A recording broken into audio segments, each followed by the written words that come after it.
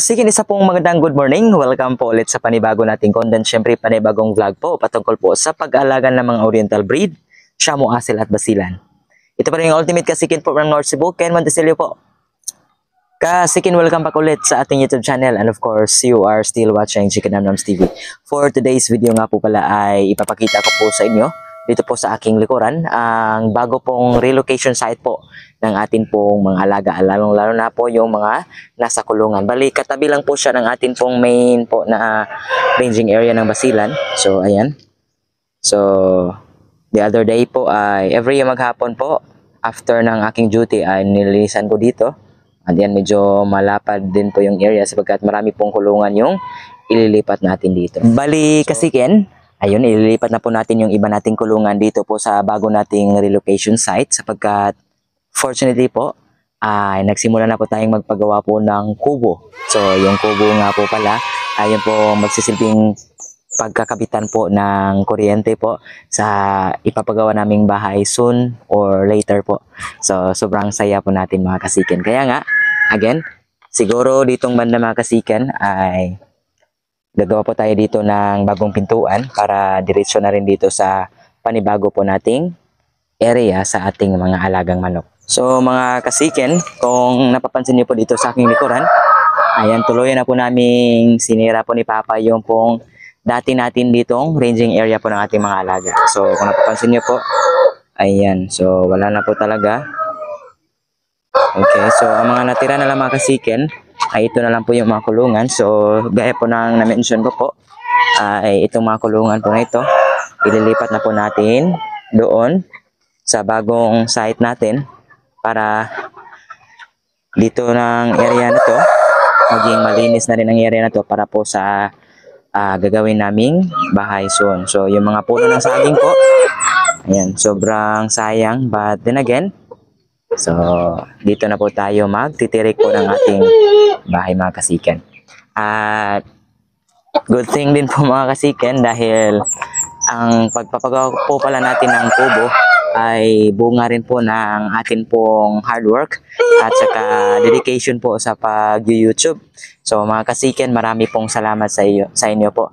Dahil po sa inyo, again, hindi po natin marating or makukuha po yung kauna-unahan po nating sahod po galing kay YouTube. So it was our very first time po na makareceive ng isa sa na-receive namin na sobrang napakagandang email po coming from YouTube, no?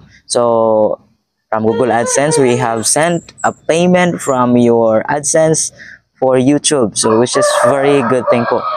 Medyo maliit nga lang mga kasiken, but para po sa akin na small time or small YouTuber lang po, at yung main purpose lang is makapag-share po ng mga pamaraan sa pag-alaga ng Oriental breed, ay talagang malaking bagay na po yun mga kasiken.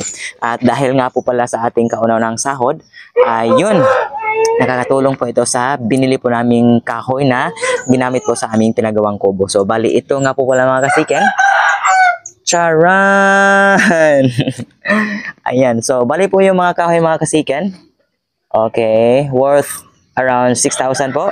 Yung kahoy na ginamit is yun po yung unang sahod natin sa YouTube. So bali ito na po yung kubo mga kasiken. Sinadya ko talaga yung kubo na mag-file ng hollow block at saka lalagyan ng flooring para dito ko na rin po ilalagay yung atin pong mga patuka. At siguro kung bibili tayo ng incubator ay dito na rin natin ilalagay. So solid po itong pinagawa ko pong kubo mga kasikin. Hindi ito basta-basta kubo lang. So para na rin po itong double purpose po para sa ating manukan. Kaya kita natin sa inyo ng malayo mga kasikin. Ayan. So mga around 4 days pa nila itong trabaho mga kasiken, dalawa lang po sila. So yung nagtatrabaho nga po pala dito ay bali asawa po ng atin pong relative po. So kaya ayan, sobrang ganda. Okay. And then dito rin sa area na to, ayan, kapag makuha na natin yung mga kulungan dyan, ay malinis na at ready na po para sa atin pong bahay. So thanks God talaga mga kasiken, no? Ayan. So, sobrang napakasaya po natin mga kasiken. At bago nga pala po tayo magtatapos mga kasiken ay samahan niyo po muna ako dahil yun po ang amin pong isang inahin po na basilan ay nilagay ko po dyan sa loob. Yun po yung kaunahan ko pong basilan. Unfortunately po yung mga tandang dyan, ayan, so walang humpay na hinahabol yung inahin natin at as a result po, ayan, lumipad siya or tumakas. So, around 2 days na pong hindi namin siya nakikita at hindi ko po na-monitor sapagkat meron po tayong pasok. So, kaya ngayon, weekend, susubukan nating hanapin mga kasikan. So, unang-una, meron din tayong kapitbahay na meron ding manok. So, subukan natin magtanong. Wala po namang problema kung papasok tayo sa kanilang manukan sapagkat close din natin sila. At may pinagsamahan din kami ng aming kapitbahay. So, dito lang tayo dadaan mga kasikan para makita din po ninyo kung gaano po kalawak yung area namin. So, ang pinaka-goal ko nga po talaga mga kasikan in the first place ay mag-alaga ng manok pero complete free range. But then again, kailangan natin ng budget para sa pabakod sapagkat yung ating kapitbahay ay nag-alaga ng mga baboy. So, talagang nadudumihan sila kapag yung mga manok natin ay papunta po sa kanilang area. So, dito nga po pala, ayan, pansin nyo, sobrang ganda. Yun po yung ating manukan. And then, kung naka-free range lang siguro sila makasikin, hanggang doon po sa bundok, ayan, talagang maganda po ito para sa mga alagang manok. But, again, ito po yung pinaka-goal natin. Kaya, susubukan natin makasikin. So, dito tayo dadaan kasi wala namang bako dito sa pagitan po ng ating area at sa ating kapitbahay. So, subukan na natin tingnan yung kanilang ranging area kasi meron din siya mga alaga dito manok. Mostly po sa kanyang mga alaga ay mga bantam. So, madali nating makita at saka ma-recognize kung nandito ba talaga yung ating inahin. So, itim po yung ating inahin na basilan and hopefully ay nandito siya kasi kahit ilang ulit tayong magpatunog ng ating pito makasikin, hindi na talaga siya bumabalik. So, let's try to check kung nandito ba. So, ito nga po pala yung area. Maganda rin po yung area ng ating kapitbahay makasikin kasi meron siya ditong paitlugan na manok. Meron siyang baboy, baka at yun nga, yung kanyang manukan. Ayan. So far, mga maliliit yung nandito. So, sa tingin ko ay wala dito yung ating basilan. But, subukan natin. Baka gumagala lang yung basilan natin. Ayan. So, meron din siya ditong pabo mga kasiki, no? Nandun sa loob. Ayan. So, hindi rin tayo basta-basta pumasok as respect na lang din po sa may-ari. For biosecurity lang din po. So, dito lang tayo sa labas. So, ayan. Wala talaga. Walang sign po. Ang ating basilan ay inahin. Okay.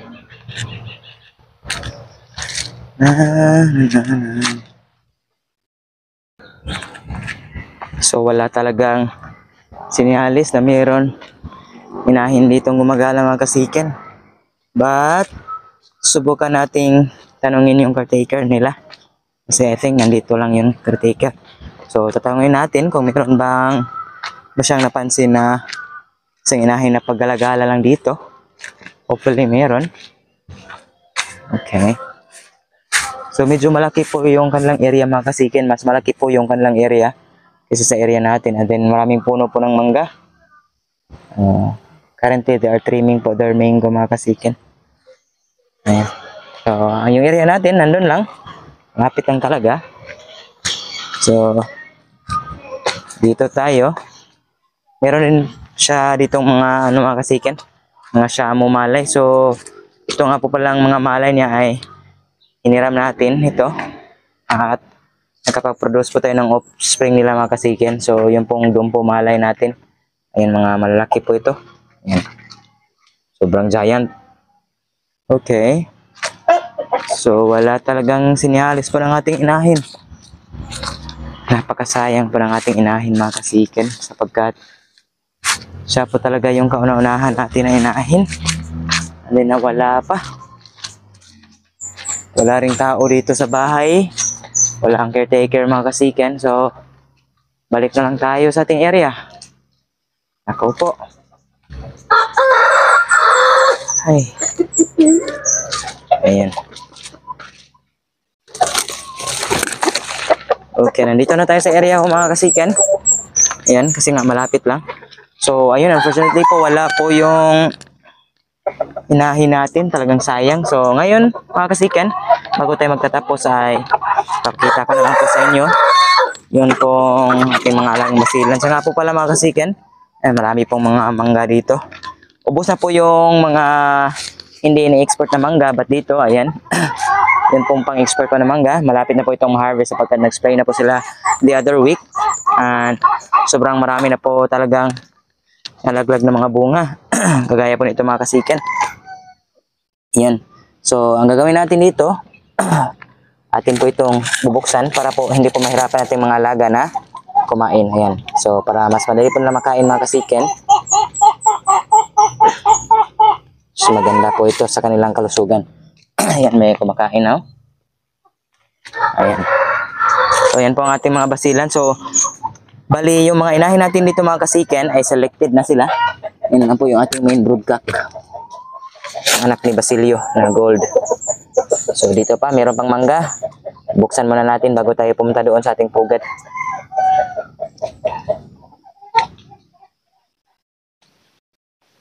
Ayan, so mas madali po nila ito makain mga kasiken. Marami pang mga uudo.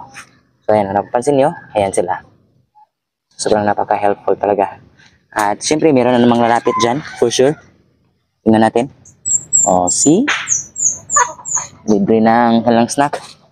So, dito mga kasiken. So, good thing mga kasiken kasi almost all po ng mga inahin ngayon ay nangitlog na. Ang iba ay naglimlim na. So, yan. Isa, dalawa, may nagitlog tayo dito. Pangatlo, pang-apat, pang-lima. And then dito rin, pang-anim, pang-pito, pang-walo, pang-siyam, pang-sampo. Ayan, pang-labing-isa. And even dito, meron din naglimlim. So, sobrang dami po talaga mga kasiken. Ang problema ko lang ngayon mga kasiken ay hindi ko pa talaga naumpisahan yung plano ko pong gagawing brooding pens. So, kung saan ay kasama po yung inahin at saka sisiw sa isang brooding po. So, nasa lupa. So, ang plano ko po pala ay doon din sa area na gagawin kong relocation site. But, yung problema pa natin ay budget. So, siguro kung may mapipisa dyan mga kasiken, ay temporarily, doon muna natin ilagay po sa ating brooder. But, again, sobrang nalulungkot na po tayo kahit hindi pa na-missa sapagkat pasukan na, duty na po tayo. So, hindi na po natin mamonitor yung mga sisiw. Kaya, I really don't know kung maging successful nga pala itong ating breeding. But hopefully mga kasiken, with His grace po and mercy, magiging okay po lahat. Okay? So, ayun nga po pala yung kaganapan natin dito sa ating yard mga kasiken. At sa mga solid subscriber, supporter natin dyan. So, around 4,400 natin ng mga subscriber. Marami pong salamat sa inyo. Yun pong nakamit ko pong success ngayon sa pag-vlog ay bunga po ito ng inyong suporta. So wala po ako ngayon dito kung wala kayong mga kasiken. So maraming salamat po sa pagtangkilik at panonood po ng aming video. Again, from the bottom of our heart po, lubos po kaming nagpapasalamat po sa inyo. So sana po ay subaybayan niyo po kami sa iba pa namin mga content at sana po ay meron kayong natutunan every time po na mag-upload kami. Mga kasiken, maraming salamat po at see you po sa sunod naming upload. God bless po.